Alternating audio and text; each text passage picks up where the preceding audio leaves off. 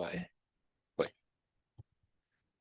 Não, beleza, Leão. É isso aí. A gente vai fazendo do jeito que dá por conta de todas essas restrições que a gente já conhece, mas o importante é a gente não parar a nossa passada, porque senão a gente cristaliza, e não é essa a ideia. Então, hoje a gente conta com a presença do professor Leão, o Matheus Leão Pereira, professor aqui da graduação em Engenharia Química, que foi aluno de mestrado aqui do grupo, e eu pedi que ele fizesse uma apresentação para a gente dessa termodinâmica que envolve mistura de eletrólitos. Isso envolveu um pouco da pesquisa dele lá da dissertação de mestrado.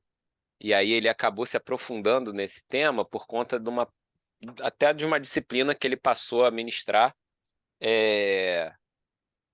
depois, né, do mestrado, que é a termodinâmica aplicada à engenharia química.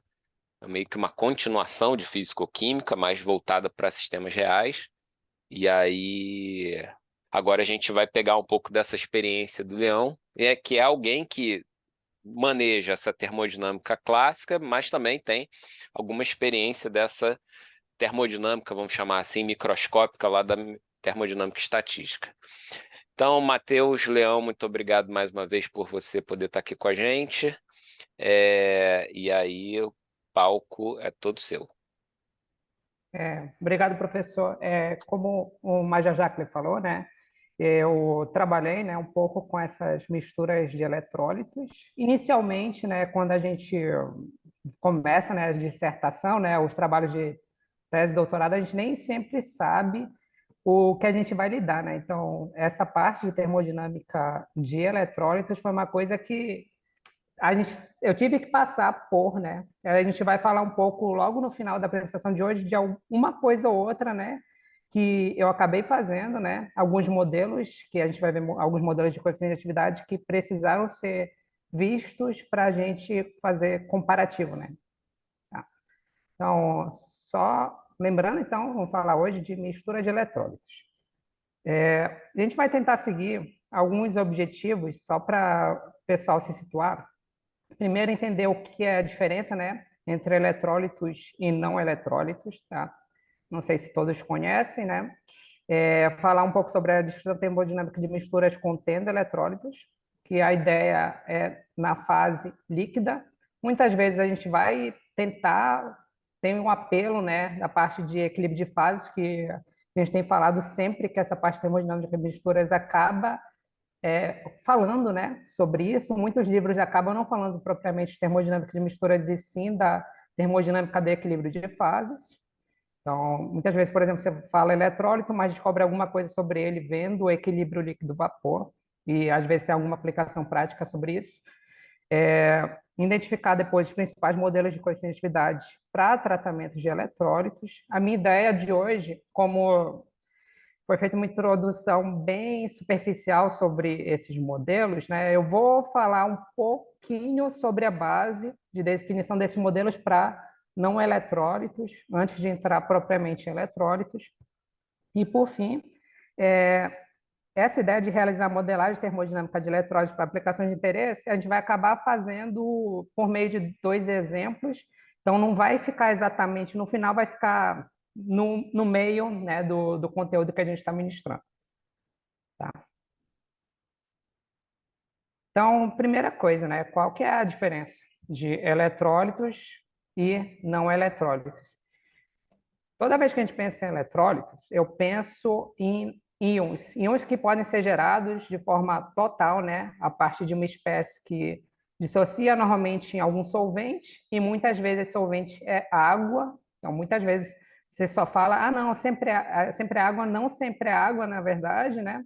Mas formam-se cátions e ânions, e a princípio pode ser de espécies que já continham isso, né? Existiam ligações iônicas, como o caso de sais, caso muito comum, como algumas espécies que a gente vai falar no dia de hoje, né, que têm as características de ionizar em solução, como é o caso de alguns ácidos inorgânicos, né, que a gente bem conhece, ácido nítrico, ácido fúrico, ácido clorídrico, por exemplo, alguns vários que apresentam, no caso, né, quando tem essa liberação, a gente diz que esses íons têm cargas pontuais localizadas. e isso já vai diferir muito o nosso tratamento termodinâmico quando a gente compara com o que a gente chama de não eletrólitos. Tá? Com respeito a não eletrólitos, a ideia é que eles vão permanecer em solução como moléculas não dissociadas, né? Por exemplo, uma molécula de sacarose. Muitas moléculas que nós chamamos da classe de orgânicas, né? Então, acetonas, aldeídos, hidrocarbonetos em gerais, né? São espécies que nós chamamos de não eletrolíticas, né? E uma característica principal também, quando a gente fala de eletrólito, apesar de não estar discriminado aqui, é a parte de condutividade elétrica em solução. Tá? E a gente espera, claro, isso por causa da essência desses íons, né, dessas cargas que estão em solução. Com respeito à modelagem, né, que a gente vai tentar se ater um pouquinho mais, que a gente quer falar de termodinâmica, existe uma necessidade que a gente chama de intrínseca de considerar interações eletrostáticas entre os eletrólitos, de forma que a gente diz que a modelagem matemática é bem mais complexa. E o que acontece também é que ela é bem mais recente.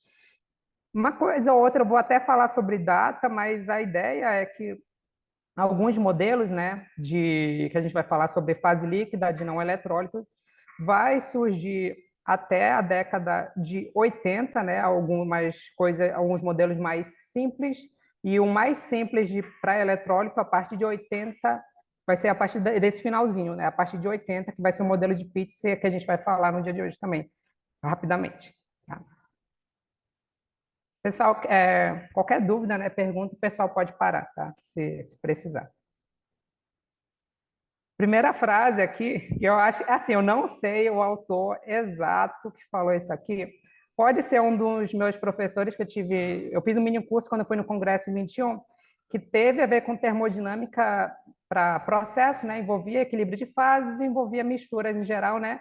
Falou pouquíssimo de eletrólitos, mas já ouvi em outros lugares falar disso, né? Que a vida é muito curta para estudar eletrólitos. A gente vai ver que existe, claro, uma complexidade intrínseca com relação a isso, mas claro, a gente tem que desbravar aos poucos, né, para realmente perder esse medo. Então tem muita gente que realmente tem esse medo, provavelmente eu tinha esse medo, né? Que a gente vai melhorando aos poucos, né? A gente tem que ver a base por trás e começar a atacar isso. Então não tem um autor exato, eu tento repetir às vezes só para os alunos entenderem, né, sobre isso, e não ficarem talvez com medo depois. Tá? A primeiro, aplicações, só pegando, acho que o apelo até na apresentação da Jennifer, que fez da última vez, sem ser o professor Jacqueline. Então, algumas aplicações, não são só essas, na verdade, vão ser infinitas aplicações, mas, por exemplo, para tratamento de água, a gente sabe que tem vários sais dissolvidos, dentre eles, um dos mais importantes é o Na+, e Cl-, né, que a gente sabe dos processos de dessalinização da água, né, e tudo que contém principalmente na água marinha. Então, quando a gente trata a água, a gente tem que fazer essa consideração de termodinâmica de eletrólitos, principalmente devido à presença de sais em solução. Além disso, quando eu falo de fertilizantes, principalmente vai estar muito envolvido derivados, né, do ácido nítrico e outros agentes nitrosos, então vai ter toda essa importância. Baterias automotivas, que vai ter um apelo para quem lembra daquela bateria de ácido fúrico, que é uma das precursoras, né, da bateria dos automóveis. O ácido fúrico é um dos ácidos também que ioniza em solução, um ácido até forte, dependendo da temperatura. E o processo de corrosão de materiais, que é importante em toda a indústria, né? É claro, também é importante em nossas casas, moradias, laboratórios. Então, dá para ver, na verdade, que apesar de serem 4 aplicações que eu estou ressaltando aqui, eletrólitos vão estar presentes exatamente em todo lugar, né? Às vezes você pode considerar que tem traços de eletrólitos, então você despreza, mas desprezar não quer dizer que não exista, né? Até para a parte de melhoria da descrição da sua modelagem, eventualmente você vai precisar considerar a existência de eletrólitos. Com respeito ao tratamento matemático, então a gente vai começar falando um pouquinho do que a gente chama de termodinâmica de eletrólitos. Inicialmente, a gente falou, né, da parte de consideração eletrostática intrínseca, e a ideia inicial é que vai diferir bastante daquela para a solução não eletrolítica, devido a esse fato das interações iônicas serem fortes. Tá? Tem uma condição também que a gente geralmente utiliza como hipótese simplificadora, que é a condição de eletroneutralidade, né? Então, a gente geralmente diz que os íons estão aglomerados em solução. E sempre vem aos pares, né? Sempre vem um cátion junto com o ânion, de modo que essa carga líquida vai ser nula, tá? Então, é uma restrição também na parte dessas concentrações dos íons em solução. Além disso, uma referência que eu vou mandar até para vocês depois, uma das que mais fala sobre eletrólitos, porque a maioria dos livros de termodinâmica aplicada, termodinâmica de misturas, fala pouquíssimo. Às vezes, você tem só 2 páginas de um livro de 500 páginas que fala sobre eletrólitos. O pessoal fala pouquíssimo, então você às vezes vai em artigos de revisão, você vai em coisas mais recentes para ver alguém que fale alguma coisinha a mais. O pessoal não fala quase nada na literatura. Então, o importante lembrar, no caso de eletrólito, mesmo quando você tem pouco, né, uma concentração pequena de eletrólito, a gente diz que essas soluções são altamente não ideais.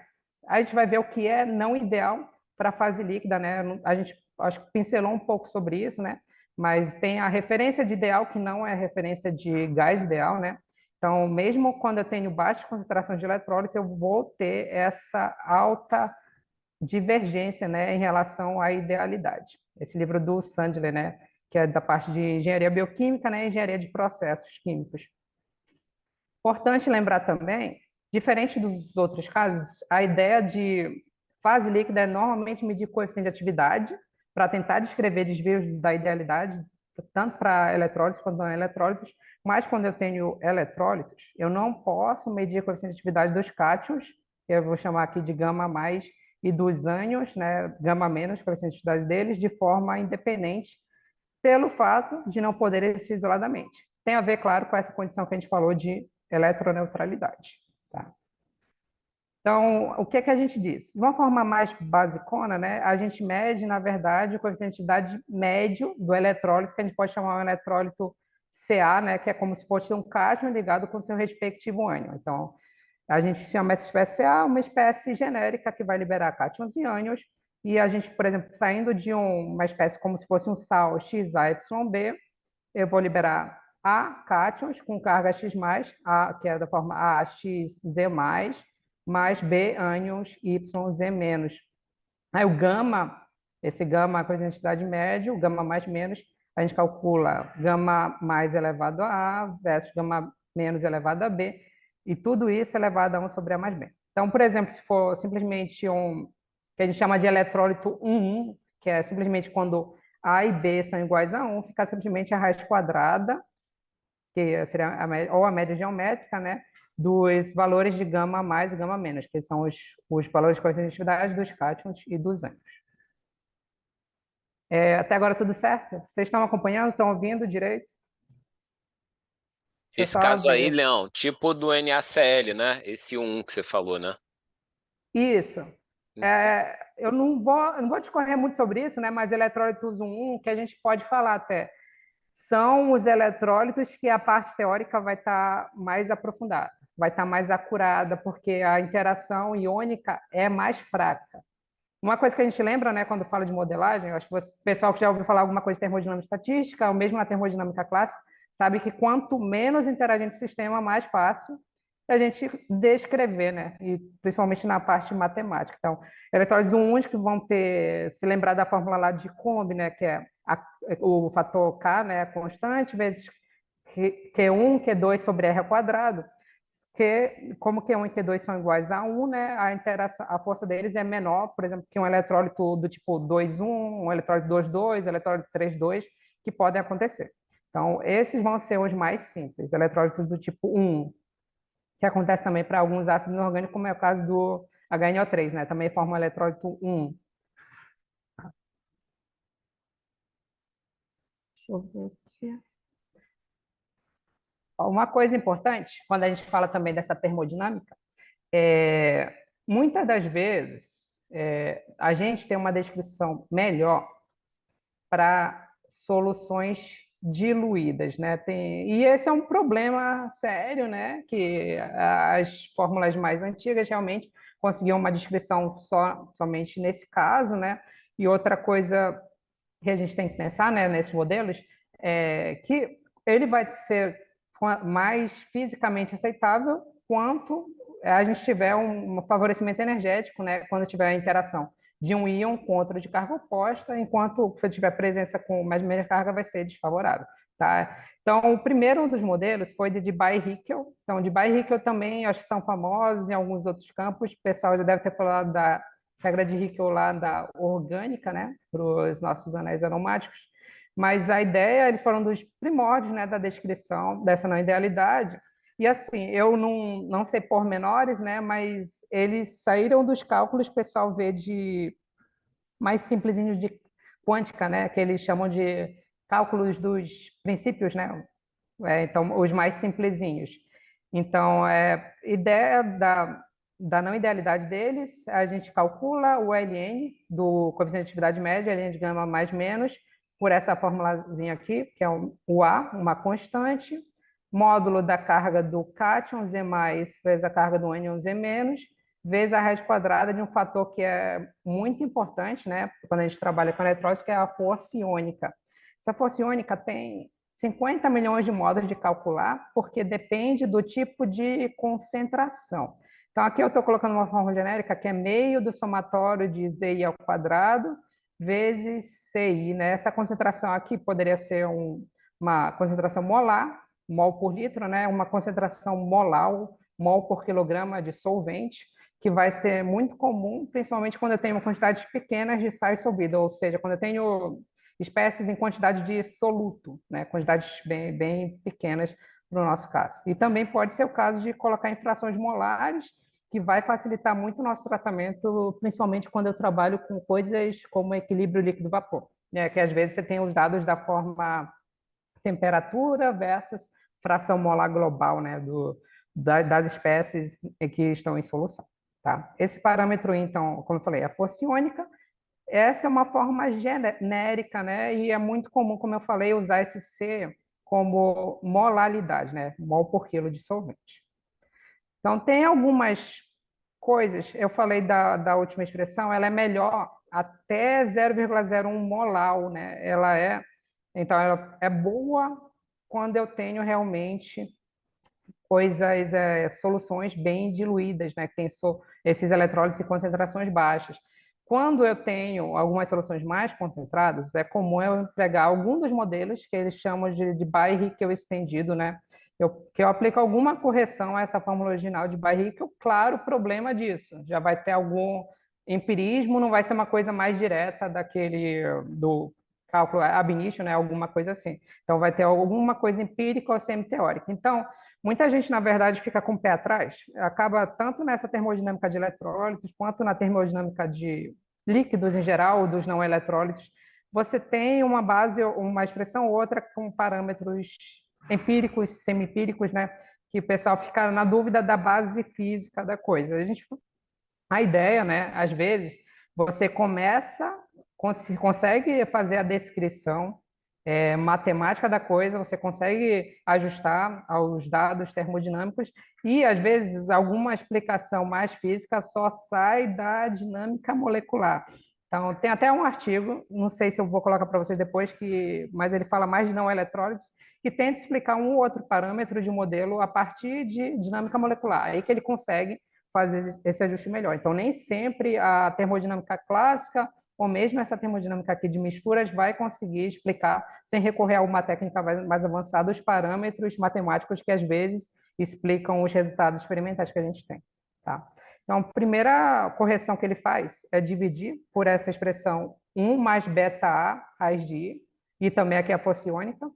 Esse A, vou falar daqui a pouco, é o raio que a gente chama raio que os íons têm água, então é um raio médio, geralmente de 4 angstroms, que a gente vai falar, ou 400 picômetros, tá? E esse aqui, essa expressão de baixo, é parecida com a de cima, só que somar com essa expressão ΔI. Esses parâmetros, beta e ΔI, eles podem ser, esse beta, por exemplo, pode ser escolhido como unitário ou tratado como ajustável, sendo otimizado. A gente vai falar disso no exemplo agora. E, de maneira similar, esse parâmetro delta pode ser escolhido como esse 0,1 Z mais Z menos, é uma coisa parecida com o que aparece aqui no numerador dessa expressão, ou até mesmo ajustado. Tá? Esse parâmetro delta realmente é melhor ajustar. Tá? Pessoal, dúvidas, perguntas até agora? Todos me ouvindo? Tudo em ordem, Leon. Agora, Tá, eu vou. só uma dúvida ali. Quando você diz que vai fazer esse ajuste, então, de alguma forma, ele consegue ter esse dado do gama médio, né? E aí vai tentar botar a curva desse modelo em cima desse parâmetro aí que é a função do i, né? Mas aí, de alguma forma, ele precisa desse gama médio previamente. Eu acabei, hoje eu não vou mostrar tanto sobre isso, mas qual a ideia? Muitas das vezes a gente tem aquelas relações todas com G, né? E eu vou mostrar hoje, por exemplo, todos esses gamas têm a ver com uma coisa que a gente chama de energia livre de Gibbs em excesso. Normalmente, esses modelos têm a ver com isso. Aí, é claro, esse parâmetro pode ter correlação, por exemplo, com uma entalpia de mistura. A entalpia de mistura que eventualmente você consegue medir. Então, a entalpia de mistura, por exemplo, é uma das formas mais fáceis do ponto de vista experimental de você calcular indiretamente valores de gama. No caso de solutos, às vezes é comum fazer cálculos a partir de fenômenos que a gente chama de propriedades coligativas. Então, às vezes você faz a partir de cálculos de osmose. Aí você consegue calcular, por exemplo, uma pressão osmótica, aí você consegue correlacionar isso com uma propriedade de uma espécie eletrolítica, por exemplo. Então, vai de uma forma indireta. Eu vou falar mais do final, na verdade, mas o início às vezes é outro, né? Às vezes o que você tem de dado experimental. Então, a gente, no exemplo, eu vou mostrar, né, que a gente vai tentar comparar, ajustar com esses dados experimentais de gama médio, né? Coeficiente de atividade média do íon, né? Da espécie eletrolítica, que é o HCl aqui. Então, aqui, eu estou chamando como se fosse um título para esse exemplo 9.10.1 do Sandler, que é aquele livro de 2017, que apareceu que ele realmente fala um pouco mais, ele discorre mais alguns exemplos dessa parte. Tem livros como Smith e Van Ness, que são tradicionais termodinâmica aplicada à engenharia química, que não falam exatamente nada sobre eletrólitos, ou não vão discorrer, não vão, na verdade, nem citar esses modelos de Barrichello. Tem livro dos Koretsky que fala 2 páginas sobre isso, né? Então, muitos livros não falam nada ou dedicam 5 páginas do final de um capítulo, geralmente estão no final do livro, né? Com respeito aos eletrólitos. Então, a ideia nossa esse aqui é um teste comparativo, né, parecido com o que você faria, por exemplo, de um modelo de gás ideal e comparar com algumas equações de estado mais apuradas, né, como Van der Waals, Redlich-Kohn e Penn-Hobson, né, equações de estado que a gente chama de engenharia. Então, a ideia tem um modelo de convertibilidade de Barrichello e tem os outros que a gente chama de modelos estendidos, né, 2 modelos estendidos que a gente citou. Então, a gente tem para várias molalidades aqui, então está em mol por quilo, apesar de não estar descrito aqui, os coeficientes de atividade médio, né, que são adimensionais. Então, está indo até 16 mol por quilo de solvente, chega até 42,4 esse coeficiente de atividade médio. Tá? Vou mostrar aqui, deixa eu ver se todo mundo vai ver isso. Eu vou tentar mandar depois para o pessoal um exemplo aqui. Então, a primeira coisa do de Barrichello, eu tentei fazer um exemplo bem parecido com... na verdade, eu copiei o exemplo do livro. Quando eu fiz otimizado, o livro não faz exatamente otimizado. Então, fiz o exemplo do livro e sem otimizar. Então, primeiro, eu peguei esses dados, né, que a gente... Não sei se o pessoal sabe desse comandinho aqui. Eu fiz o load dos dados experimentais, coloquei num arquivo de dados aqui. Então, está exatamente o que está lá, né, na questão. Então, está de 0,0005 com 0,975. Então, claro, o que você espera? Se a concentração é muito baixa do soluto, você tende a ter o que a gente chama de uma solução ideal, porque vai estar quase pura no solvente, aí o gama vai tender a ser unitário. Tá? Então, a ideia é essa, a gente vai falar até do limite. Né? No limite de solução ideal, o gama vai para 1. Tá? Então, é muito próximo de 1. Quando está muito alto, né, 16 mol por quilo, já fica um valor bem alto, 42,4, tá? Então, para essas, até 0,01, a gente vê que está realmente próximo da unidade, né, o valor unitário, que é o valor ideal desse gama. E a ideia é que até isso, talvez a lei limite, que é a primeira lei de Debye-Hickel, tenha alguma correlação com os seus dados experimentais, tá? Então, aqui eu peguei, depois de carregar esse arquivo, esse Gamma SP Data, eu peguei as modalidades, que é a coluna 1, depois coluna 2, valores experimentais de gama. Tá? Nesse caso, dá para fazer o cálculo, né, mas fazendo só um cálculo rápido, como é um eletrólito do tipo 1,1, então a gente sabe que o Z+, é igual a Z- em módulo, os dois são iguais a 1, de modo que se a gente colocar uma força iônica em função da molaridade, vai ser meio de exatamente molaridade de H+, a molaridade do outro íon vai ser exatamente a molaridade do HCl, supondo que ele é um eletrólito forte. E a ideia é que seja a 25 graus Celsius, que é a restrição da questão. Então, ela dá essa temperatura. Então, é esperado, né, que em concentrações baixas, isso realmente valha. Tem um certo problema da questão que a gente vai pensar, que as concentrações nem sempre estão tão baixas, né? Então, a gente está desconsiderando isso, então está considerando que essa força iônica sempre vai valer exatamente esse valor, tá? Então, eu pego o log de gama só porque todos os modelos estão em função do log. Lembrar que em MATLAB esse log é o log neperiano, na verdade, quando não tem log 10.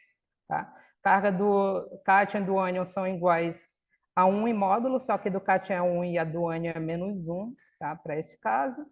Inicialmente, o que a gente faz? Para a lei limite, é basicamente um ajuste linear, né, da raiz de I com log de gama experimental. Aí eu pego o A como se fosse o intercepto desses valores e traço esse modelo de Debye-Hickel, que é menos A módulo de Z do cátion, Z do ânion, vezes a raiz de I, que é a força iônica. Tá? Nosso caso 2, né? No caso 2, a primeira correção é como se fosse de barriga estendido 1. Eu estou tomando o valor mais comum daquele valor beta A, que é igual a 1. Eu acho que eu citei no slide anterior, que pode ser tanto 1 quando ser ajustado. Então, nesse primeiro script, a gente está tomando esse valor beta A exatamente como 1. Tá? Aí esse de Barrickel 2. É exatamente a segunda correção, que tem aquele fator delta, mas a gente está assumindo como uma constante, a gente não está otimizando, está usando exatamente aquele 0,1 vezes o módulo de Z mais Z menos, que é uma aproximação que ele faz. Então, dá 0,1. E aqui é como se fosse um chute, mas a gente vai ver que esse chute 0,3 para o delta, no outro script é bem próximo do valor otimizado, que a gente vai ver que cai mais perto de 0,29. Então, isso aqui depois faz o comparativo. Isso aqui eu não sei se é interessante para algumas pessoas. Depois acho que eu vou mostrar mais no script lá do equilíbrio líquido-vapor, que às vezes é bom você plotar os gráficos como função, principalmente se você não quiser colocar legenda para todos, tá? Mas nesse caso eu estou colocando realmente legenda para todos, mas se você não quiser, simplesmente você muda aqui embaixo. Você pode colocar só a legenda, por exemplo, para 1, 2 e 3, né? E não colocar para o resto, né? Se fosse o caso. Tá? Então a gente vai aqui só rodar o programa e vai ter a saída daquele gráfico inicial que eu mostrei para vocês no slide, né? Então, se a gente ver aqui, né, o que está acontecendo é que esse de Barrickel com beta igual a 1 e o delta igual a 0,3 é o que melhor se adequa a esses dados experimentais, que são essas bolinhas vermelhas. Então, a curva em magenta, né, que é o de Barrickel 3, é beta igual a 1, delta 0,3, é que melhor segue esses dados experimentais. Para a curva preta, que é de Barrica original, você vê que isso só é verdade para os 4 primeiros pontos, depois já começa a haver uma grande diferença, né? Que é o caso da região extremamente diluída, quase até 0,01 realmente segue melhor essa curva. Do resto, já tem um melhor, a sequência, né, vai melhorando um pouco o ajuste, né, de Barrica 1 e 2, mas não se compara realmente ao último, né, em relação aos dados experimentais. Até agora tudo certo? Pessoal, dúvidas, perguntas?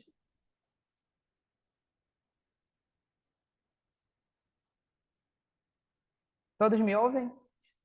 Tudo certo, Leão. Só devolve para mim aqui, só quando você falou lá do Debayrickel 3, como é que é a expressão dele mesmo? Não, a Ah, expressão tá. matemática dele. Então, essa expressão aqui, né? Ah, tá. E tem esse Beleza. delta, aí esse melhor ficou com delta 0,3 e Tá. esse beta A está igual a 1. Que tem um denominador embaixo da expressão original de Barrichelp Uhum, e soma entre esse fator de delta I. Né? tá, E é exatamente o fator, a força iônica que a gente está tá. calculando. Beleza. Esse último, o que eu fiz? A ideia de fazer otimizado. Não vai ter tanta diferença, mas a ideia é que a gente não vai fazer um chute exato daquele 0,3 para o delta. Tá?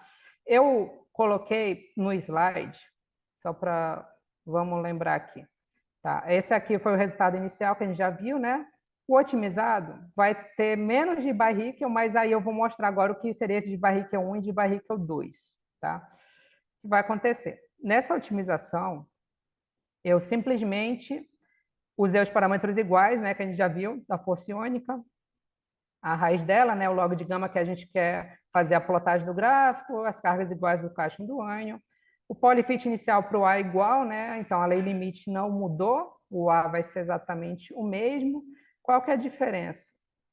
Existe essa fórmula que a gente usou antes, né, que era sem fazer o ajuste, quer dizer, que é exatamente se eu não fizer o ajuste para a primeira correção. Existe um problema quando eu estou usando... Tem uma função aqui que eu estou usando uma função de otimização. Eu usei, então, primeiro o beta igual a 1 como um chute, e eu posso, por exemplo, descomentar isso aqui. Aí eu faço essa função de otimização, que a ideia é o quê? Mínimos quadrados em relação ao gama experimental. Foi isso que eu fiz. Carreguei os dados iguais aqui, né? Então, o beta, esse valor, o A eu peguei o valor de A que já estava calculado pela interpolação linear, aí eu tenho o log desse gama com beta A a ser otimizado, e eu faço mínimos quadrados, né, desse log de gama experimental que eu já tenho com o log de gama dessa primeira correção de Debye-Hickel. Problema que eu tenho, né? Se eu fizer isso, né, eu fiz um teste aqui, na verdade. Você vai para um valor que está muito alto, se eu não me engano, para esse valor beta A. Isso, na verdade, claro, eu não limitei essa função, né? Então, tá 1,8014 vezes 10 elevado a 15. Isso aí não é um bom ajuste, na verdade. Tá? Mas, é claro, eu não limitei e não tendo uma base, eventualmente você poderia fazer ajuste a mais do que simplesmente o dado experimental, né, de gama mais menos. A gente só está fazendo ajuste a gama mais menos, você poderia eventualmente fazer ajuste a outras propriedades termodinâmicas que você pode eventualmente derivar a partir disso, a partir de uma energia de Gibbs, né, que você conseguiria calcular. Então, eu vou mostrar como é que fica se utilizar isso. Não vai ser uma modelagem, na verdade, tão boa quanto se você considerar que o beta A é exatamente igual a 1. Tá? Então, primeiro é usando isso, essa correção, usando um delta chutado aqui inicial de 0,1, que é aquele valor 0,1 Z mais Z menos, né, que é uma indicação, e chega nessa função OFQ DB2, né? O FQDB2 é bem parecida com a outra função que a gente mostrou, mas está com esse valor otimizado de BA, que é 10 elevado a 15, tá? Então, aqui, claro que já está com esse valor que a gente sabe que não é físico, na verdade, não deveria ser esse valor. Se você jogar exatamente como está essa função, aí você chega nesse primeiro gráfico aqui, e eu tenho que só apagar a figura original. Deixa eu ver. Que você vê que está diferente, na verdade, do que eu coloquei no slide. Então, ele não segue tão bem, e você vê que tem uma diferença, porque eu tenho que usar esse de Barrichelp 1 em relação a mínimos quadrados em toda a faixa de forças iônicas, né, em todas as faixas de molaridades, mas ele tenta seguir um valor médio, né, em relação a esses pontos, mas um valor muito grande, que na verdade não é nem aceitável, de modo que o de Barrichelp 2, quando ele tenta seguir, ele não faz isso de forma ótima, né? Então fica até pior do que aquele valor de 0,3. Mas claro, porque eu estou usando beta A aqui, igual a 1,8 10 elevado a 15. Tá? Se eu fizer diferente, né, que é o caso aqui, se eu disser que ele simplesmente eu estou comentando beta igual a 1, então eu deixo desse valor e mudo essa OFQ dB2 usando isso aqui, né? Esse BA igual a 1 também, aí eu chego numa coisa mais otimizada. Claro que o valor, na verdade, o valor não vai mudar, né? Em relação ao valor otimizado do delta, que aqui está 0,2902. Mas você veja uma grande diferença. Tá? Então, é de praxe, né? É mais comum realmente você otimizar deltas, né? E às vezes não otimizar esse valor de beta A.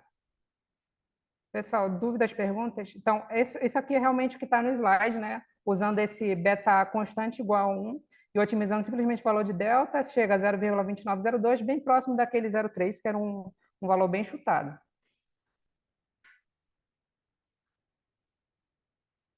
Tudo certo? Beleza, beleza. Foi? Tá, então, agora tá, vem a parte mais importante, eu acho, de hoje. Qual que é a ideia? Eu vou tentar comentar um pouquinho para vocês sobre o modelo de gama para eletrólitos, mas antes de falar isso, eu vou tentar falar alguma coisa geral que é usada como referência para líquidos. Então, líquidos, e claro, quando a gente pensa em líquidos, e todos os livros quase não falam de eletrólitos, a gente pensa em não eletrólitos, né? Aquelas espécies que realmente vão permanecer como moléculas em solução. Então, quando a gente fala de misturas, né, misturas líquidas, fase líquida, a gente geralmente introduz esse conceito de atividade que facilita o nosso tratamento e geralmente está associado a um coeficiente de atividade, né? Então, a gente vê, por exemplo, esse fator, depende muito da literatura, né, mas é comum usar esse mi asterisco como se fosse o potencial químico relacionado à espécie pura. Tá? Então, a espécie I pura, né, vai estar essa forma mi asterisco, e eu vou ter essa forma RTLN de gama IX. Então, o desvio, na verdade, de uma espécie quando ela está dentro de uma mistura em relação a quando ela está pura, né?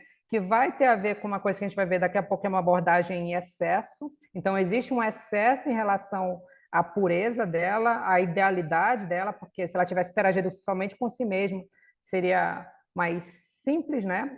Eu teria somente uma diferença que eu chamo de composicional, né? No caso, se eu tivesse uma solução ideal. Por que a gente fala de, quando a gente diz solução ideal? A gente falou nas últimas aulas, né, eu acho que a já comentou também, de gás ideal, né, nossa referência, quando a gente fala de gases, de misturas gasosas, nossa referência de líquidos não é gás ideal, tá? E nem pode ser, tá? Tem várias questões porque na verdade não pode ser, mas uma delas é que o limite de idealidade para um líquido devia ainda ser um limite de idealidade de partículas que interagem, porque se as partículas não interagissem, simplesmente não haveria líquidos, né? Se eu não tivesse minimamente uma força de Van der Waals, né, ligações fortes, né, ligações de hidrogênio, interações de polo, de polo induzido, eu não teria líquidos. Então, até em hidrocarbonetos, a gente sabe que vai existir essas forças de London para que os hidrocarbonetos, né, virem eventualmente líquidos. Senão, eles não teriam líquidos. Então, não, aquela coisa, existe até uma modelagem, que não é o foco da aula de hoje, de falar de uma referência de gás ideal para líquidos, que é uma modelagem que a gente chama de FIFI. Então, usar equações, por exemplo, fugacidade em termos de equações de estado para líquidos também, mas isso não tem um apelo físico muito aceitável. Então, tem que pensar isso. Umas vezes a matemática diz uma coisa que é verdade, né? Ela vai descrever bem o comportamento que a gente quer, mas nem sempre isso quer dizer que a física está correta. Tá? Então, solução ideal no limite, que eu acho que o Major Jacques falou um pouquinho até da lei de Raoult, que é onde é realmente válida, é válido para soluções ideais, eu vou ter, quando x tende a 1, é o limite de comportamento de substância pura, então naquele limite lá do gráfico, o limite de solvente, eu vou ter que o gama i tende a 1, ou seja, o coeficiente de atividade vai ser unitário, eu não vou ter realmente um desvio em relação à solução ideal, que é a nossa referência de idealidade. Mas já comentou, né, na última aula, a gente sempre tem que saber o que é ideal quando a gente fala de termodinâmica, né, de misturas e termodinâmica de equilíbrio de fase. A gente sempre tem que fazer essa comparação. Então, para o líquido, por exemplo, o ideal não é gás ideal, tá? O ideal é essa solução ideal. Só lembrando, então, quando a gente fala, né, de coexistentividade, eu tenho, então, essa referência de idealidade como solução ideal, eu tenho uma abordagem que eu chamo de excesso. E de onde é que parte essa abordagem de excesso? Só para lembrar, eu tenho, para a solução ideal, eu não sei se todo mundo já é familiar com esse conceito, mas solução ideal deriva de uma abordagem matemática. Então, é uma solução que é definida do ponto de vista matemática, que eventualmente não podia se aplicar a nenhuma mistura. A gente sabe que vai se aplicar para misturas pouco interagentes, né? Misturas de hidrocarbonetos, eventualmente de um N-hexano, N-heptano, vão seguir um modelo de solução ideal, né? Vão seguir uma lei de Raoult, por exemplo. Tá? Mas isso, quando a gente fala de solução ideal, a ideia é qual? Esse ΔG ideal de misturação, que é da dependência simplesmente composicional, XI aliene XI, isso vale para gás ideal, né? Quando eu tenho, que seria, ao invés de XI, seria YI. Então, a solução ideal a gente define a partir de uma comparação com gás ideal e a gente diz que a lei de ΔG ideal de mistura tem que ser igual. Tem outras propriedades termodinâmicas também que têm que ser iguais, né, como ΔH de mistura, ΔV de mistura, que tem que ser nulo, por exemplo, mas a ideia nossa é focar em ΔG. Mas por que focar em ΔG? A gente vai ver que essa variável G, né, ou G de excesso, que a gente tem a ver com essa abordagem, é a principal para falar desses modelos de gama. Tá? Então, inicialmente, só lembrando, a equação fundamental da termodinâmica, eu espero que, não sei se todo mundo lembra, né, alguma coisa termodinâmica clássica, a gente pode escrever em termos dessa função, que é uma função que a gente sabe, o G sobre RT simplesmente sem ser esse GE, que é Gibbs em excesso, ela é uma função que a gente diz que é geradora de outras funções termodinâmicas, né? Então, você faz a derivada total, chega no que a gente chama do volume de excesso sobre RT vezes dP, menos a entropia em excesso sobre RT vezes dT, mais o somatório dessa propriedade que a gente chama de energia livre de Gibbs molar parcial em excesso sobre RT vezes dNi. Tá, quando a gente fala de parcial, tá, a ideia é que sempre é uma derivada em relação ao número, à quantidade, né, se for aqui em termos de mols, né? Então, a dρ G, dρ Ni em relativo a esse excesso, né? E o excesso sempre tem a ver com uma propriedade de uma espécie dentro de uma mistura versus o que ela teria se aquela mistura fosse ideal, tá? Então, sempre tem a ver com essa correlação. Então, quando eu falo desse G barrado E, eu posso correlacionar com a regra de Lewis da fugacidade da seguinte forma. Então, G barrado E, G barrado, menos G barrado ideal, que é exatamente μI. Então, o potencial químico é exatamente energia livre de Gibbs parcial molar. Então, só para ter alguma correlação direta, tá? Então, μI menos μI ideal, RT é a linha de FI sobre FI ideal. Então, aqui tem a ver exatamente com a regra de Lewis da fugacidade, e é muito comum adotar como referência de idealidade o que a gente chama aqui de regra de Lewis-Randall, que às vezes pode se confundir com a lei de Raoult. Isso, claro, vai ser cada vez mais válido quando eu tiver abaixo de pressões. Então, perto de 1 bar, por exemplo, esse FI, por exemplo, tenderia àquele PI saturado, então, a pressão de saturação, a pressão de vapor naquela mesma temperatura. Tá? Então, para a gente, todo esse movimento tem a ver com essa correlação desse GI barrado em excesso com a regra de Lewis da fugacidade. A gente sabe que, no final das contas, esse fator FI, né, que é o fugacidade de uma espécie na mistura I, quando está com esse chapéu, porque está dentro de uma mistura, sobre XI-FI, que seria dela pura, sozinha, é exatamente igual ao gama-I. E gama-I a gente sabe que, então, tem uma correlação direta com o nossa energia livre de Gibbs parcial em excesso. E é por isso que tem tantas fórmulas que vocês vão ver na literatura, né, que vão derivar da energia de Gibbs, que muitas vezes não falam nem em parcial, eles falam só de energia de Gibbs em excesso. Então, muitas dessas fórmulas de coeficiente de atividade são baseadas nisso. Então, primeiro, normalmente eu tenho que tentar ver alguma correlação matemática, muitas vezes em aspecto composicional dessa energia livre de Gibbs em excesso, para depois calcular gama, tá? Então, essa é o que a gente chama de fórmula base para o cálculo do coeficiente de atividade da espécie I na minha solução. Pessoal, tudo certo? Eu queria só dar uma base para quem não ouviu falar disso, né? Só a parte de excesso, só para ver de onde sai, minimamente, na verdade. Ô Leão, nessa consideração até anterior que você apresentou, lá essa energia livre de Gibbs molar, né? A última das expressões ali no início, né? Já tem uma consideração até forte que, em geral, esses tratamentos termodinâmicos dão uma desprezada, porque assim, para falar de energia livre de Gibbs parcial, não sei o quê, eu pressuponho a aditividade dessa energia livre de Gibbs, que não é algo que eu garanto de fato, eu garanto por hipótese, né? Sim. Então, assim, eu assumo a possibilidade de que você pode quebrar a energia livre de Gibbs, que é uma propriedade do sistema como um todo e não individual, como a soma de contribuições individuais, né? Porque na termodinâmica clássica, esses potenciais termodinâmicos são do sistema como um todo.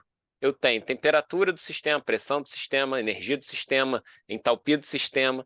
Mas aí, quando eu começo a quebrar em pedacinhos, eu já estou assumindo uma hipótese de aditividade que não necessariamente precisa valer sempre. Mas é o que também dá para fazer, né? Porque senão você trava naquela hora e você não consegue mais computar nada, né? Esse que é um problema que a gente tem, vamos dizer assim, de origem nessas formulações, né? Sim, sim. Tá, tá, pessoal, só para não devagar muito, porque senão a gente não vai falar de eletrólitos depois, né? Esses Ah, ainda modelos tem de os gama. eletrólitos aí. Então, a ideia aqui era só para dizer a base, que é eu tenho que, para chegar em qualquer modelo de gama, eu tenho que tentar descrever essa energia livre de Gibbs em excesso, que muitas vezes o pessoal nem coloca dessa forma exatamente formal, né? Parcial, molar, com esse índice I, né? Mas, normalmente, ele descreve a energia de Gibbs em excesso para o sistema, tá? E daí deriva as parciais molares a partir de derivada realmente, tá? Então, eu estou colocando aqui como um adendo com a ideia. Eu vou falar de modelos de gamas para eletrólitos. Geralmente, quando eu falo com os alunos, né, que o professor Jacques falou, que eu dou aula atualmente de termodinâmica aplicada, a gente tenta não assustar tanto. Então, nem os livros assustam tanto. Muitos livros só falam nas 2 páginas que eu falei lá no final. Então, normalmente, a gente começa por não eletrólitos. Então, a gente tem que entender alguma coisinha sobre como surgem esses modelos. Então, normalmente, a gente tenta definir para o seu sistema, né? Então, energia livre de Gibbs em excesso para o sistema, sobre RT. Muitas das vezes é uma função que a gente chama de TPX, né? Temperatura, pressão e as composições, né? Composição na fase líquida. Quando a gente fala de faixas de pressão baixa a moderada, aí o que seria moderada? Às vezes essa moderada, não diria nem que é tão moderada, mas é às vezes o dobro da normal. Então vai, por exemplo, de 1 a 2 bar ou até, por exemplo, 200 kPa, que às vezes é a faixa da validade do que a gente chama de equação de Antwine, que é uma equação muito utilizada de forma empírica, né, para calcular a pressão de saturação de componentes puros. Então, normalmente, nessa faixa, mas muito mais comum, claro, pressões ambiente, pressão de uma atmosfera, de um bar, ou próximo disso, ou até inferior, a gente diz que é pouco afetada. Se é realmente pouco afetada, a gente diz que, normalmente, essa função para temperatura constante é simplesmente uma função composicional. E, assim, é composicional e, às vezes, é um composicional que não tem, às vezes, cruzamento dos termos, e se não tiver claro, fica um modelo bem mais simples. Então, quando eu tenho sistemas binários que eu chamo pouco interagentes, por exemplo, eu tenho, muito comum, né, eu ter essa função, eu chamo GRT-x1, x2, então, mais comum do que essa função G sobre RT é o descrever esse GRT-x1, x2, né, quando divido pela composição do componente 1 e componente 2 na fase líquida, eu depender isso como uma série de potências. Muitas das vezes, para o modelo mais simples, isso pode ser simplesmente uma gama constante, aí o B, C são todos nulos, ou você pega até o primeiro termo, vai chegar nos modelos mais simples, por exemplo, aqui que é o Margulis de um parâmetro e Margulis de 2 parâmetros, por exemplo, que a gente só vai falar bem rapidamente. Outro bem comum é o que a gente chama de expansão de Redes-Kiste, que essa expressão, na verdade, é uma combinação linear, né? Então, não é uma forma de simplesmente x1, mas x1 e x2, né? Uma combinação deles, uma expressão. Tá? Então, alguns modelos, só para vocês verem, eu falei desse mais simplesinho, é o Margulis, havia Margulis de 2 parâmetros, né? Eu vou ter simplesmente esse valor A ajustável, que normalmente é ajuste bem linear, que a gente não vai mostrar no dia de hoje, né? Margulis de 3 parâmetros, que tem fatores A e B, tá? Expressão de Van Laar, que tem 2 parâmetros também para determinar A e B. Então, muitas das vezes você calcula isso a partir de algum dado experimental. Você pode, por exemplo, ter entalpia excesso, que tem entalpia misturação, e às vezes eu trabalho muito, porque eu acabo puxando muito para esse lado, é trabalhar ou descobrir esses valores a partir de dados de equilíbrio de fases. Às vezes de equilíbrio líquido-vapor, né? Então, quando você está na situação de equilíbrio-vapor, muitas vezes é mais fácil até calcular alguma coisa da fase vapor, principalmente quando você está abaixo das pressões, você pode aplicar simplesmente a equação do gás ideal para aquela outra fase. Tá? Então, expressões mais complicadas, a gente vai ver como Wilson, que assim tem 2 parâmetros, mas a gente diz que são expressões não linearizáveis, que já carecem de otimização para determinar esses parâmetros. E outra muito comum também é a NRTL, que a gente vai ver que é uma das mais usadas, uma derivação dela para eletrólitos. Então, essa aqui normalmente tem 3 parâmetros, só que esse último parâmetro, alfa 2, que eu não vou falar muito dele, mas tem a ver com o que a gente chama de não aleatoriedade da fase líquida. Então, a gente diz que, por exemplo, um gás é aleatório, principalmente se for um gás ideal, que a gente diz que é totalmente aleatório, que realmente só tem a energia cinética, né? As partículas são não interagentes. Então, a gente tem o que a gente chama, nesse modelo de NRTL, que existe uma não aleatoriedade na fase líquida, de modo que eu estou colocando cada vez mais um grau, né? Um grau de não idealidade. Então, aquelas partículas interagem de alguma forma de modo que elas não são aleatórias. Então, um movimento de uma partícula, por exemplo, vai influenciar outra quando eu estou na fase líquida, porque elas são, independente do grau, de alguma forma, elas são não aleatórias. Né? Lembra que, como eu falei, a referência de idealidade para a fase líquida ainda é de um sistema interagente, porque se não tivesse interação, não existiria essa outra fase líquida. Tá?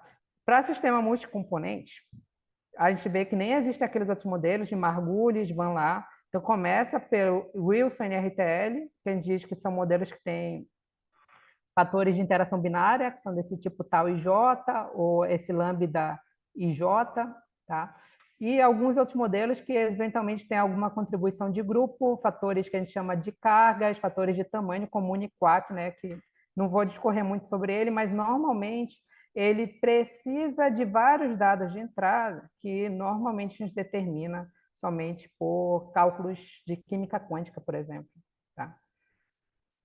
Então, isso aqui só foi para começar, não eletrólitos. Aí a primeira coisa que a gente tem que pensar é que qualquer sistema eletrolítico vai ser multicomponente. Tá? Então, por exemplo, se eu tiver somente um NaCl, que a gente até falou inicialmente em água, minimamente, vamos supor que, por exemplo, o NaCl não se dissocie totalmente naquela dada temperatura. Então, vou ter o NaCl não dissociado e cátions Na+, ânion Cl- e a água. Então, eu tenho no mínimo 4 espécies. Isso vai ser o mínimo que eu vou ter para eletrólito. Aí você já vê que, no mínimo, você tem que pensar numa coisa desse sentido. E que o que acontece muitas das vezes, quando você trabalha com multicomponentes, são somatórios que às vezes podem te deixar meio assustados, né? E como é que a gente trata isso? A gente sabe que a gente tem computadores, né, para fazer esse tratamento que já ajudam bastante, mas a ideia é que não tem como ser menos complicado, porque não vai existir eletrólito ou solução de eletrólito binário, então vai ser no mínimo quaternário, tá? Só para vocês terem uma noção.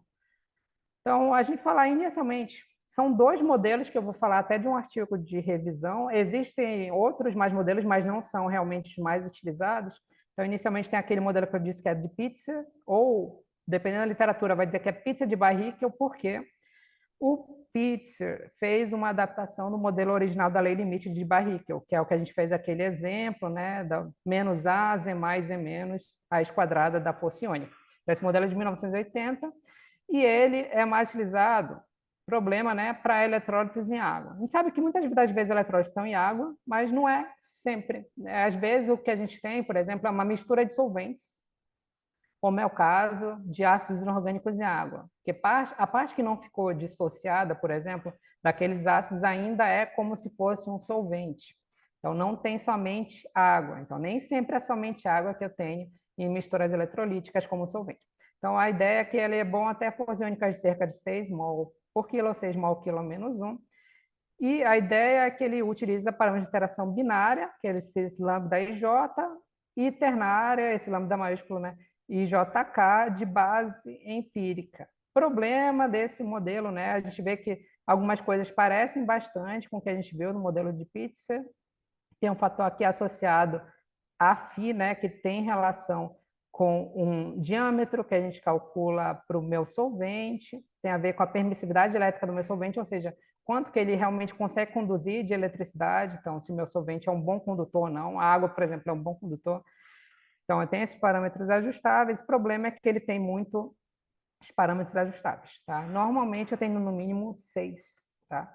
Então, às vezes, né, os artigos não é muito bom no sentido de até simplicidade para você que está iniciando os seus estudos. Claro, você tem que saber dele, ele é um mais antigo assim, depois da lei limite lá de Barrichello, mas a ideia é que a gente vá para coisas mais que foram criadas mais recentemente, mas tem um maior grau de simplicidade, como esse modelo aqui, que é o No Random to Liquid, o NRTL para eletrólitos, que é simplesmente, tem muitos modelos que simplesmente colocaram esse E na frente.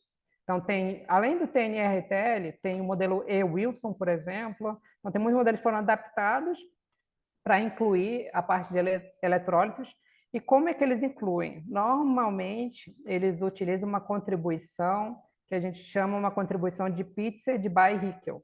Então, a gente separa, por exemplo, esse G em excesso como se fosse um G de Pitzer de Barrichello mais um G de composição local. Então, muitos modelos nossos, mais avançados de eletrólitos, estão baseados em modelos de composição local, como é o Wilson, como é o NRTL, e a parte pizza de Barrichello é geralmente fazer essa consideração das cargas, das interações iônicas realmente. Tá?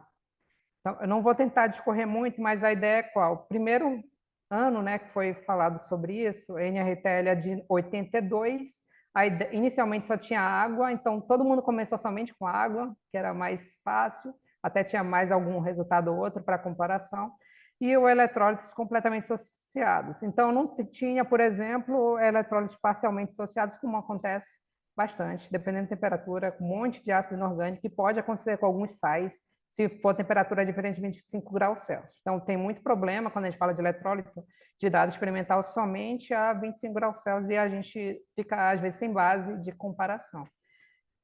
Depois de 86, teve, né, a agregação de outros tipos de eletrólitos e uma mistura de solventes. Como eu falei, isso é importante para ácidos inorgânicos que eventualmente não se dissociam completamente. Tá? E tem um modelo que eu acabei utilizando mais na minha dissertação, uma base dele, que é o que a gente chama o modelo do NRTL com uma referência simétrica. E o que é usar referência simétrica? Então, para solventes, eu uso os líquidos puros como a referência de idealidade e para os seus íons, cátions, ânions, eu uso eletrólitos fundidos. Então, é todo mundo quando o X tende a 1, que não é muito caso dos modelos iniciais da NRTL que consideravam o solvente como a referência, ou seja, tanto para o solvente quanto para os eletrólitos, a base era o solvente puro, até porque a quantidade era diminuta, e a gente sabe que nem sempre a quantidade de eletrólito é tão diminuta assim. Tá? Então, o que a gente diz desse modelo é que ele tem maior simplicidade e uma melhor eficiência computacional com o modelo de pizza. Normalmente, a gente tem menos parâmetros ajustáveis, dependendo, claro, da quantidade de eletrólitos em solução. Tá? Então, só algumas coisas, esse tal IJ, normalmente você depende de alguns parâmetros a partir de ajustes matemáticos, mas também, muitas vezes, vai sair de cálculos quânticos. Então, aí, muitas das vezes você já utiliza algum artigo anterior ou você faz esses cálculos quânticos para chegar nesses valores. tá? E é comum, né, usar essa fórmula. A partir daquele G, né, em excesso que a gente viu, tem a parte composicional e a parte de pizza de Barrichello. Então, LN de gama I, LN de gama I da LC, composição local, mais a pizza de Barrichello. Então, a gente tem fórmulas que diferem, claro, se for molécula, M, ou cátion, ou ânion, A. Tá? Aqui eu vou mostrar, são fórmulas que o pessoal fica totalmente assustado, né? Mas você vê que repete, tá? Então, são somatórios, dentro de somatório, que tem contribuição de molécula com molécula, dos simplesmente de molécula com cátion, MC, ou molécula com ânion, né? Então, a ideia, a parte computacional é muito mais fácil que a parte simplesmente visual disso daqui. Então, dá certo receio realmente quando você vê pela primeira vez. E essa parte aqui é com respeito aos ânions, a divide, normaliza pelas cargas, então tem a interação de íons diferentes dos íons com as moléculas e daqueles do mesmo tipo entre si. Tá? Então, J e J', por exemplo, é o cátion ânion, J diferente de J', para a gente não somar iguais, né? Então, os mesmos tipos de componentes. Tá? Então, a parte de pizza de barriga, eu tenho esse fator, como eu falei, a Φ, tem a parte da força iônica, claro, tem a ver com essa parte da interação eletrostática, e uma parte parece mais complicada, aqui eu não vou discorrer muito, mas tem a ver com uma parte que a gente chama de limite, então, por exemplo, a força iônica no limite da diluição infinita, quando eu não tenho, né, só tenho os íons em solução, ou só tenho o solvente, tá? Então, e aqui, para esse modelo de referência métrica, é muito comum usar uma força iônica dependente de X, que vai facilitar a nossa vida, né, da fração molar. E esse parâmetro G e J é uma exponencial simplesmente desse fator de não aleatoriedade, que normalmente a gente coloca como uma constante. Tá? Eu não coloquei aqui, mas normalmente é 0,3 para interação entre molécula a molécula ou íon-íon, e 0,2 se for o contrário, né, de molécula com íon. Então, normalmente, apesar de ser ajustável, a gente não ajusta, porque tem vários estudos, né, que falam sobre esses valores que dão mais ou menos nessa faixa, e como já é tanto parâmetro ajustável, é geralmente uma coisa que você coloca como constante só para facilitar a sua vida. E esse tal J que normalmente tem essa base, que eu falei para vocês, né, às vezes a base de cálculos quânticos. Tá? Então, esse fator AFI tem a ver com a carga, né? Carga elétrica, tem a ver com a permissividade do meio. E quando eu tenho o que a gente chama de uma mistura de solventes, normalmente você tem um volume molar médio, então você calcula dessa forma, já ponderado pela fração molar, e você tem permissividade média calculada de forma ponderada pela fração molar e pela massa molar de cada um dos solventes na sua mistura. Tá? Então, aqui eu estou chegando no final. Desculpa que eu acho que eu tive que ir mais rápido nesse final, mas eu só vou mostrar para vocês um exemplo. Uma coisa importante, quando eu falo de eletrólitos, que eu acho que você já deve ter percebido, tem eletrólitos mais simples, como simplesmente a dissociação do NaCl em água. Mas, a maioria dos casos, eu tenho mais de um tipo de eletrólito, e uma coisa importante é saber a química. Então, eu tenho que saber, eu estou chamando uma coisa bem genérica, tenho que saber a química reacional do meu sistema.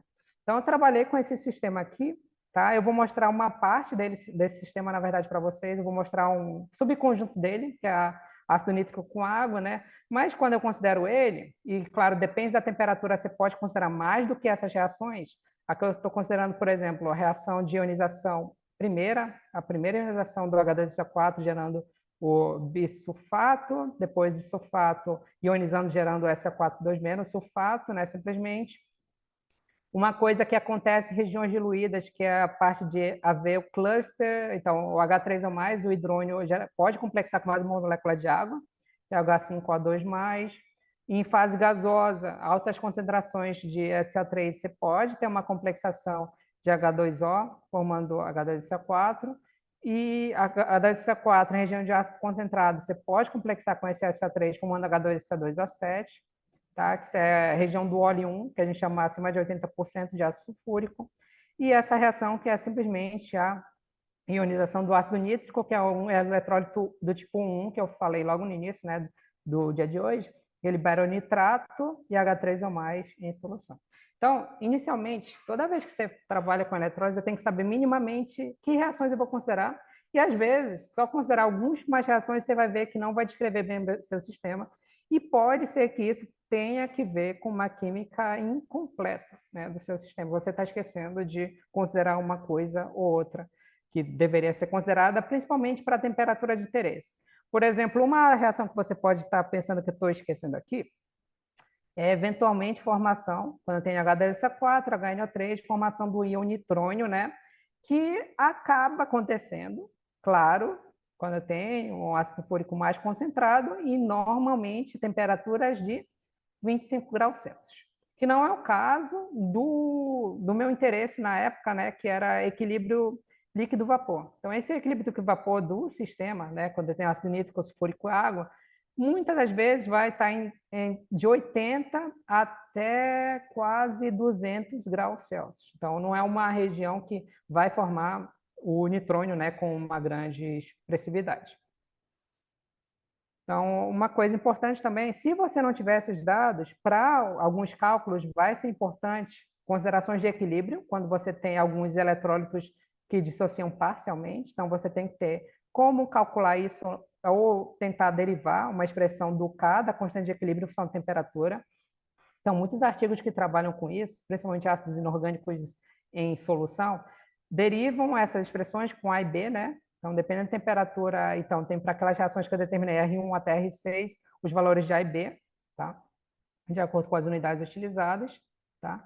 E aqui eu só vou mostrar para vocês um exemplo bem rápido, tá? Eu não sei se eu vou conseguir falar muito sobre os pormenores da programação desse sistema, mas é usando equilíbrio líquido-vapor desse sistema, ácido nítrico com água, pela abordagem gama-phi, tá? A ideia é que eu mande esse script para vocês só terem de referência também, desde MATLAB.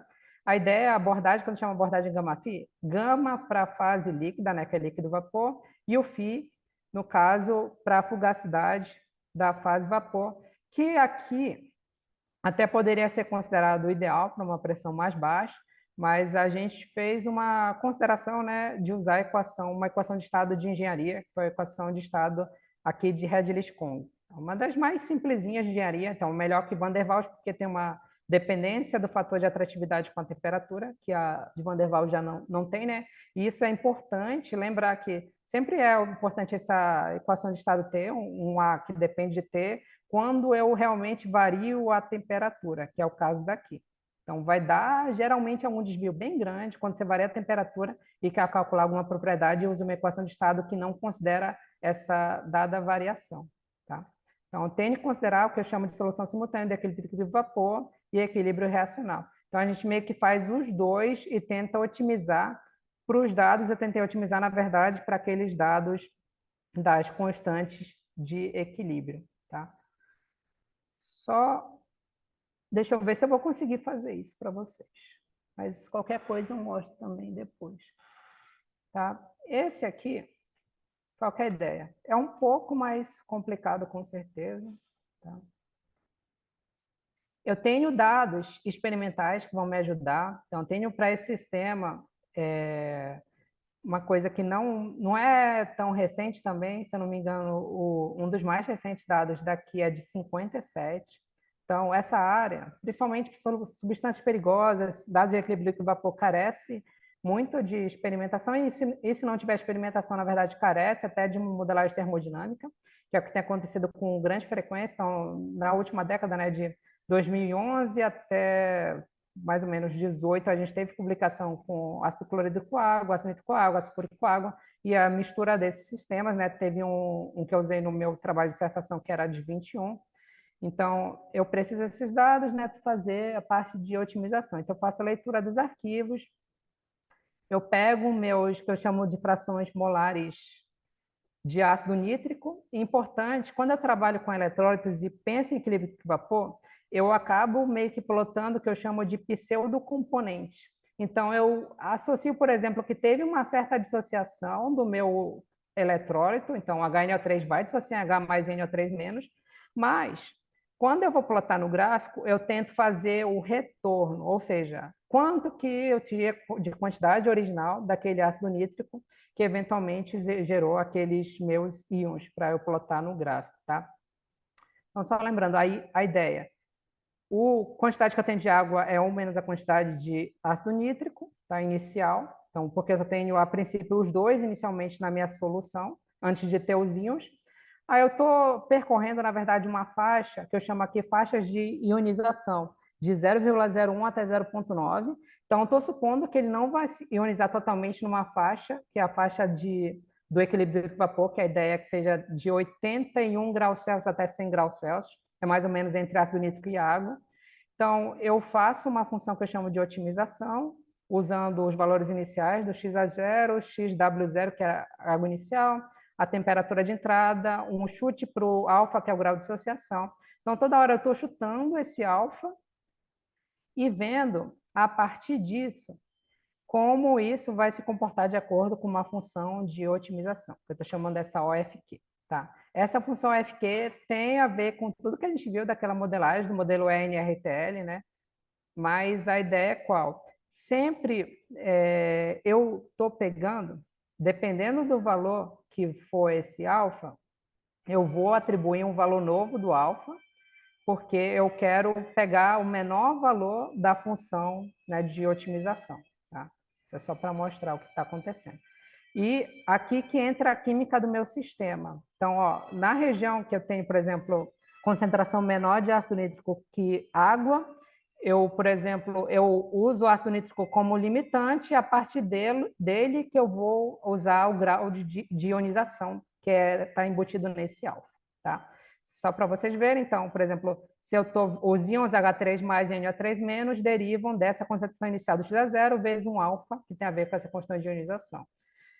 Num caso, se não for isso, se eu não tiver menor, vou ter mais água do que ácido nítrico, então a água vai ser o reagente limitante, então meus íons vão derivar do XW0, ou seja, quando tem de água no início, vezes o meu alfa, e a ideia é que no final tenho sempre que normalizar, então vou dividir isso por DEN, que é a soma das frações molares de cada um, tá?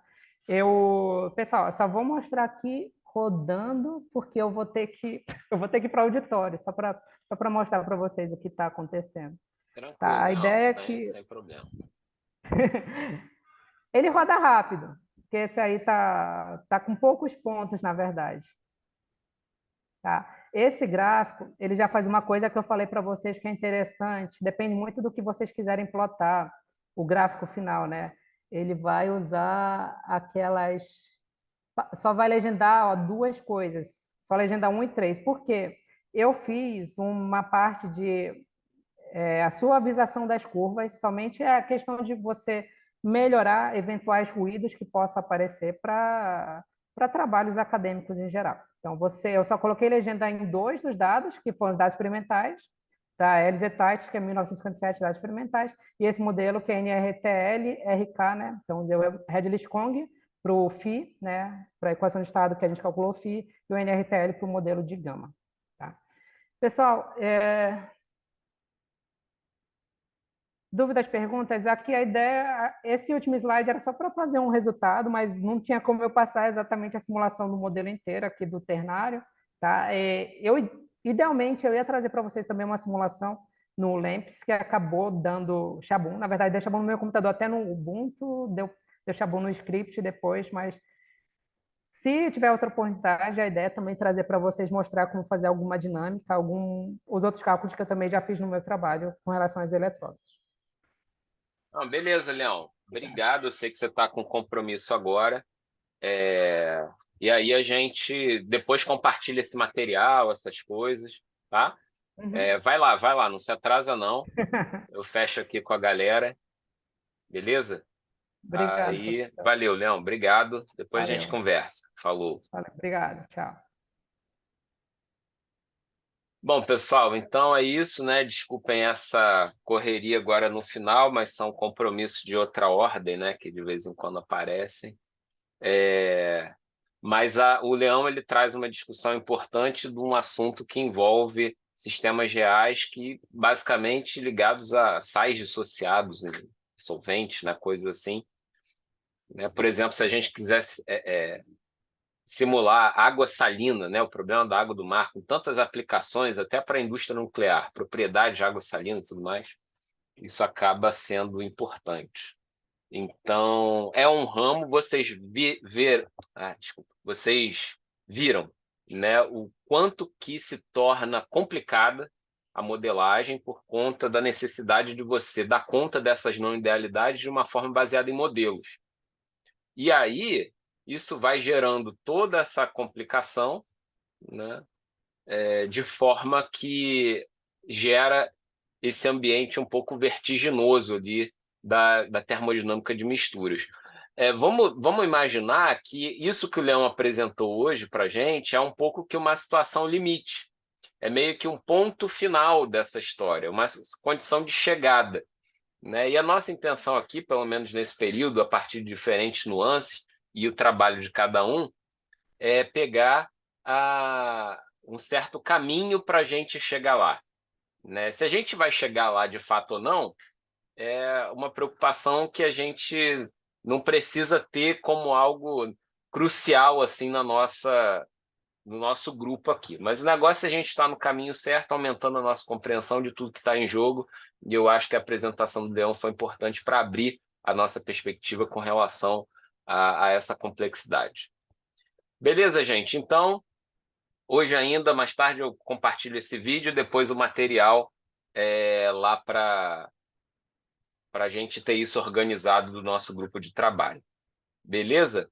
Então, muito obrigado pela participação de vocês e a gente se esbarra por aqui ou pelos corredores do INPE. Forte abraço a todos e até mais.